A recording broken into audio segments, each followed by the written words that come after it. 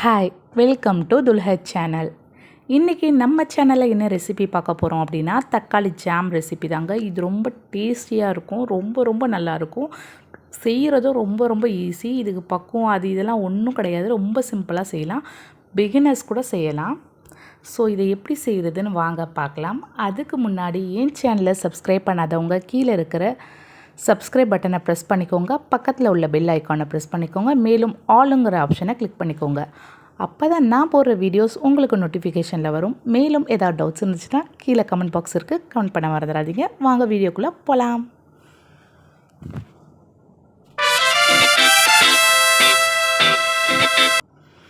First ஒரு nonstick pan எடுத்துக்கோங்க. Nonstick pan இல்லை சாதாரண பேன் இருந்தாலும் ஓகே. இதில் கொஞ்சமாக நெய் ஆட் பண்ணிக்கோங்க. ஒரு 2லேருந்து 3 டேபிள் ஸ்பூன் அளவுக்கு நெய் சேர்த்துட்டு அது கொஞ்சம் நம்ம நார்மல் ஆயில் சேர்த்துக்கலாம். ஆயில் சேர்த்துட்டு ஆயிலும் அந்த கீயும் நல்லா ஹீட் ஆகணுங்க. நல்லா சூடான பிறகு தான் நம்ம இதை சேர்க்கணும். நான் ஒரு 10 தக்காளி எடுத்து அதை நல்லா நறுக்கி வச்சுருக்கேன். இந்த மாதிரி நல்ல பழுத்த தக்காளி எடுத்துக்கோங்க, காயாக எடுக்காதீங்க. இந்த 10 தக்காளியை அந்த எண்ணெயில் அந்த எண்ணெயும் நெய்யும் சேர்த்து வச்சுருக்கோம்ல, அந்த சூடான இதில் நம்ம இதை போட்டுடலாம். போட்டு இதை நல்லா மிக்ஸ் பண்ணி ஒரு மூடி போட்டு மூடிடுங்க.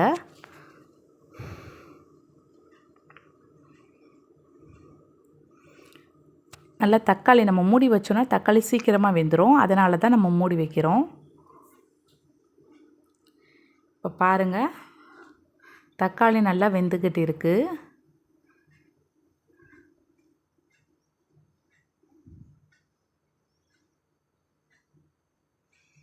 நல்லா தக்காளி நல்லா வெந்து வந்துருச்சு. இப்போ என்ன பண்ணுறோம் அப்படின்னா, நல்லா மிக்ஸ் பண்ணி விட்டுக்கோங்க. ஒரு ஆப்பை எடுத்து நல்லா அப்படியே ஃபுல்லாக மேஷ் பண்ணி விட்டுருக்கேன்.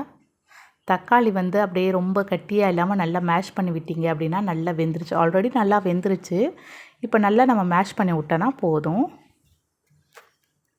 இது ஜஸ்ட்டு ஒரு 10 மினிட்ஸில் ரெடி பண்ணிடலாங்க. அந்த அளவுக்கு ஒரு சூப்பரான ரெசிபி இது. வீட்டில் நீங்கள் மறக்காமல் ட்ரை பண்ணுங்கள். இதை நீங்கள் ட்ரை பண்ணிவிட்டு எப்படி இருக்குது அப்படின்னு சொல்லி கீழே கமெண்ட் பாக்ஸில் கமெண்ட் பண்ணுங்கள். மோஸ்ட்லி நான் 90% சொல்கிறேன். கண்டிப்பாக இது நீங்கள் செஞ்சீங்க அப்படின்னா கண்டிப்பாக உங்களுக்கு நல்லா வரும். இது எந்த வித சொதப்பலுமே ஆகாது. அந்தளவுக்கு நான் ஃபுல் கேரண்டி கொடுக்குறேன். ஏன்னா அந்தளவுக்கு ரொம்ப ஈஸி இது.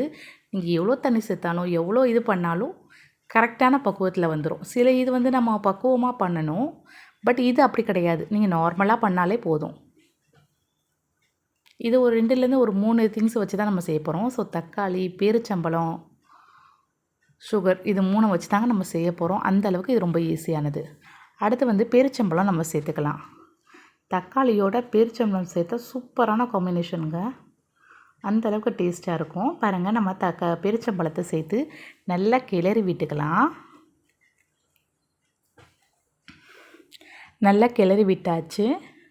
இப்போ மூடி போட்டு மூடிடுங்க. ஸோ தக்காளியும் அந்த பேரிச்சம்பழமும் நல்லா வெந்து வரும். பாருங்கள், நல்லா வெந்து நல்லா வந்துருச்சு. இப்போ இதில் ஒரு 2 கப் அளவுக்கு நீங்கள் தண்ணி சேர்த்துக்கோங்க.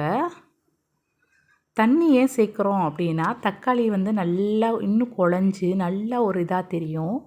அதனால் நம்ம தண்ணி சேர்க்குறோம். தண்ணி சேர்த்து நல்லா கலந்து விட்டுக்கோங்க.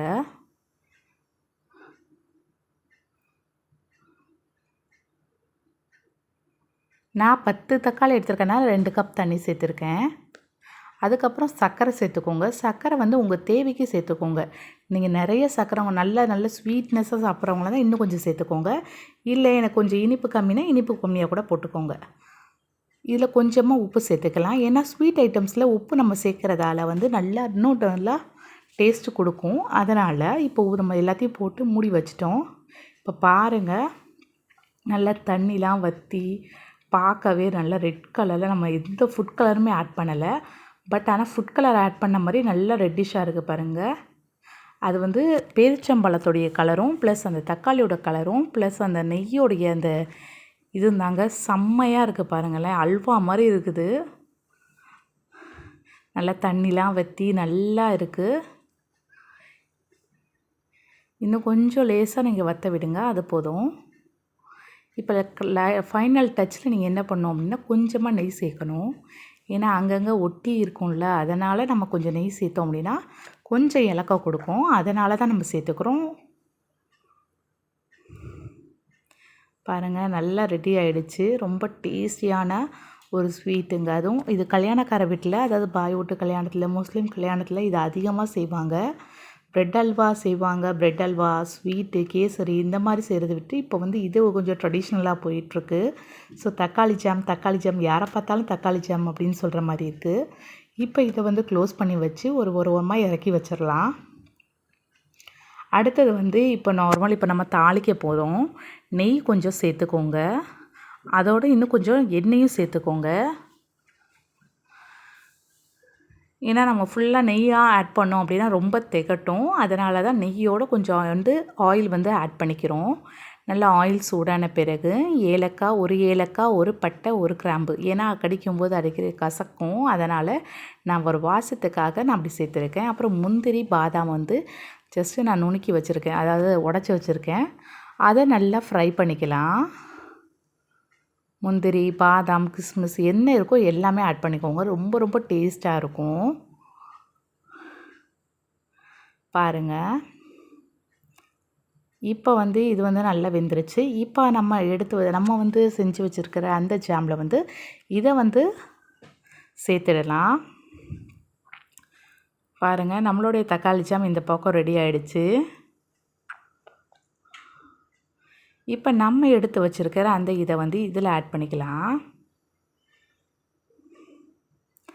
ஆட் பண்ணி ஜஸ்ட்டு ஒரு ஸ்பூனை வச்சு கிளறி விட்டிங்கன்னா போதும். நம்மளுடைய சுவையான டேஸ்டான தக்காளி ஜாம் ரெடி ஆகிடுச்சு. பாருங்கள், பார்க்குறதுக்கே எவ்வளோ அழகாக இருக்குது அப்படின்ட்டு.